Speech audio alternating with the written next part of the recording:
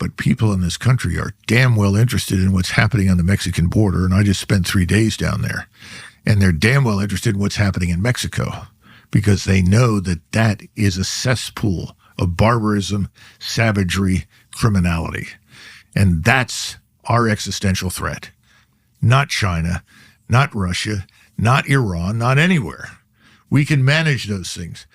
President Trump can manage those things. This thing down on the Mexican border is really at a boiling point. We need to understand that. Tell me, what does that mean? Well, what it means is that the cartels run everything. I mean, we hear about this President Scheinbaum in Mexico. Forget it. You know, she controls, 40 square kilometers in Mexico City.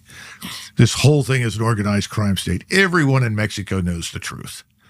You know, if you go to Mexico City, my oldest son was just down there for a month, and he speaks very fluent Spanish, and he was talking to lots of people, and he loved the place, loved Mexico City, loves Mexicans. But they'll tell you flat out, well, don't go there and don't go here and don't go there and don't ride in this cab and don't take this automobile. Don't go to that airport. You know, everybody knows the truth. Everybody knows who operates what, who controls what. And if you navigate through this maze of invested power of the cartels, you can survive. But if you accidentally cross into their territory and are seen as a potential problem in any way, shape, or form, you're dead.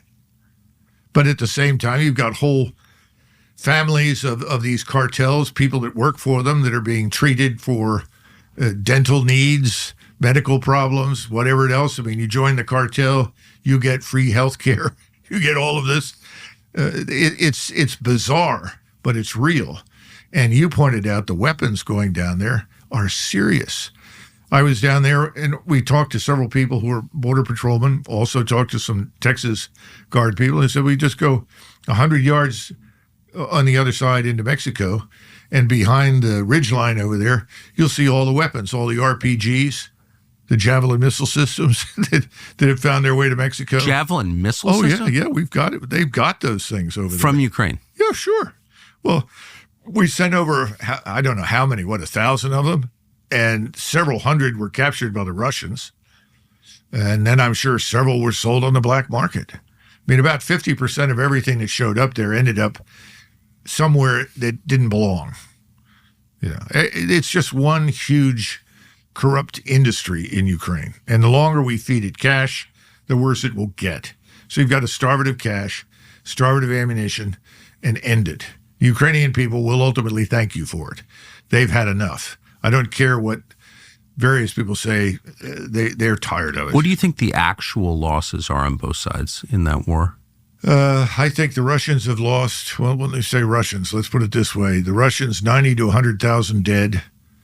They may have lost another 10 to 20,000 non-Russians from within the military establishment. And that's one of the great achievements, by the way, of President Putin, has been to weld this force together that includes large numbers of Muslim Turks who are extremely competent fighters, very tough. In fact, the Chechen fighters are cleaning out Kursk right now, Kursk Oblast, because the Ukrainians made a mistake.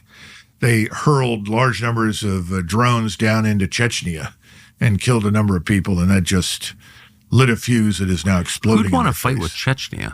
I certainly don't. No normal man wants to fight the Turks. Right. I mean, there's two wars. I mean, I'm not an expert, but I sort of followed it in the news. So maybe not want to mess with the Chechens at all.